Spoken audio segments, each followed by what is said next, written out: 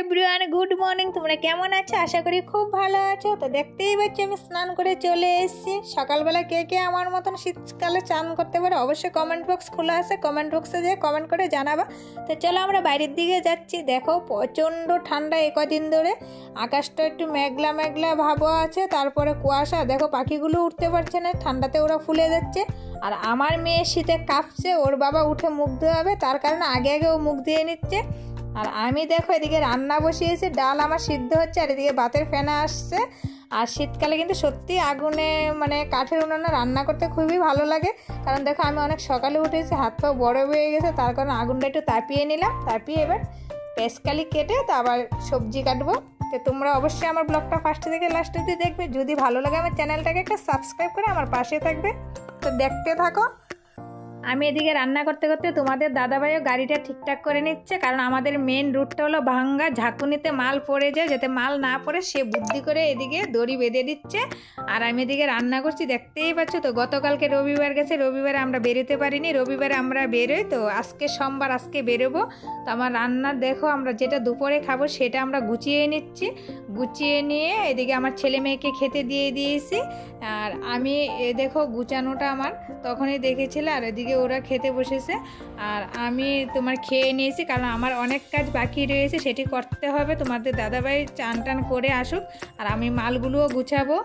দেখতে পাচ্ছি আমি বিছনাটা গুছাচ্ছি, আর আমার ছেলে মেয়ে খেয়ে দিয়ে ভাইয়ের সঙ্গে খেলা করবে, দৌড় দিয়েছে।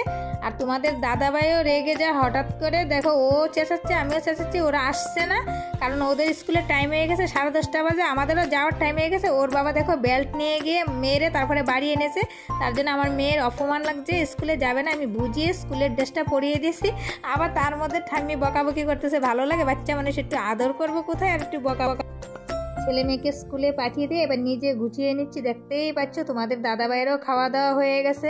তার মধ্যে দেখো তোমাদের দাদাভাই চেঁচাচ্ছে বাইরের থেকে, যে আমি বলেছি যে হয়ে গেছে। আমি এই ফাঁকে আবার একটু মানে ভিডিও করে নিচ্ছি, সেটাও জানে না, জানলে আমাকে চরতাফরাই মারবে। ওর যে রাগ, মনে থাকে না কি ও গুছিয়ে দিচ্ছে, সে মনে নেই খাতা আনছে, তাই দৌড়ে যে খাতাটা এনে নিচ্ছে।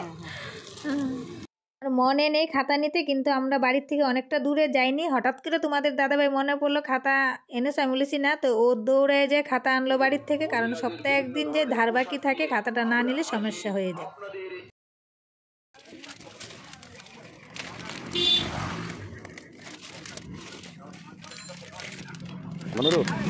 শুনবেন, অনুগ্রহ করে শুনবেন। আজ আমরা এসে গেছি আপনাদের লোকালয়ে, আপনাদের পরিবারের প্রতিটি। এখানে কুলের চাষ আছে, আরেকদিন গেলে তোমাদেরকে দেখাবো। তো বাচ্চাটা আবার আমাদেরকে দুটো কুল এনে দিল, আমরা দাঁড়িয়েছিলাম, দুটো না মানে 4-5টে।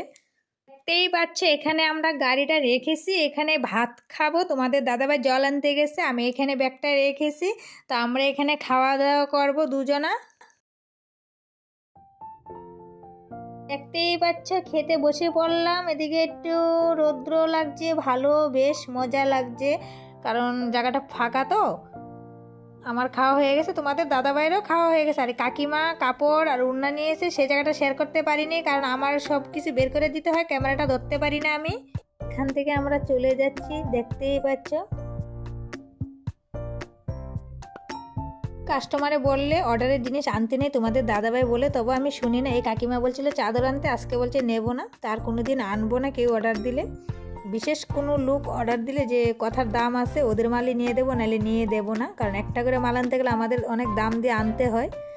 তো বন্ধুরা দেখতেই পাচ্ছ বাড়িতে চলে আসলাম। তোমাদের দাদাভাই মেশিনটা খুলে রেখেছে, আর সব মাল আমাকে এগিয়ে দিয়েছে, আমি ঘরে নিয়ে রেখেছি।